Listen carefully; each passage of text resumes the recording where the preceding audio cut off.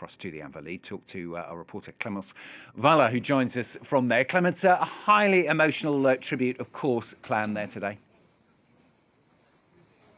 Absolutely. Right now, the mood is one of solemn contemplation here at the Invalides. We've seen members of the Jospin family arrive. We've had members of the French political class who've all gathered here to say goodbye to a marking figure of French politics. Dominique de Villepin is here, along with outgoing Paris Mayor Anne Hidalgo. We've also seen the President of the Parliament, Yael Braun-Pivet. Members of the government, of course, include current Prime Minister Sébastien Lecornu, former Socialist President François Hollande, and former Socialist member Dominique Strauss-Kahn are also part of the attendance. Now, the ceremony, as you said, is going to start in 45 minutes' time. So we are seeing right now the last rehearsals.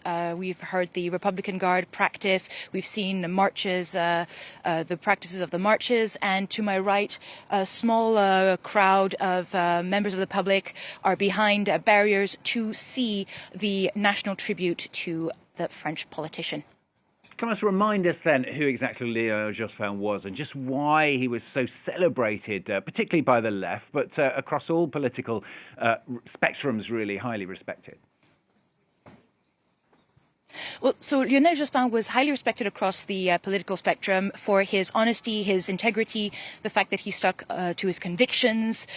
He was known as a unifier of the left during 1997, after President Jacques Chirac dissolved the National Assembly to have legislative elections. The left, under the unifying banner of the plural left, spearheaded by Lionel Jospin, managed to win that election, forcing the government into cohabitation, a term used here in France to describe when the Prime Minister and the President of two separate or rival factions. Now, part of his legacy are notably as Prime Minister in his laws that he's managed to pass. For example, one of the notable laws is the civil partnership that allowed homosexual couples to have a legally recognized union that laid the groundwork for gay marriage in 2013 when it was legalized under Socialist President François Hollande.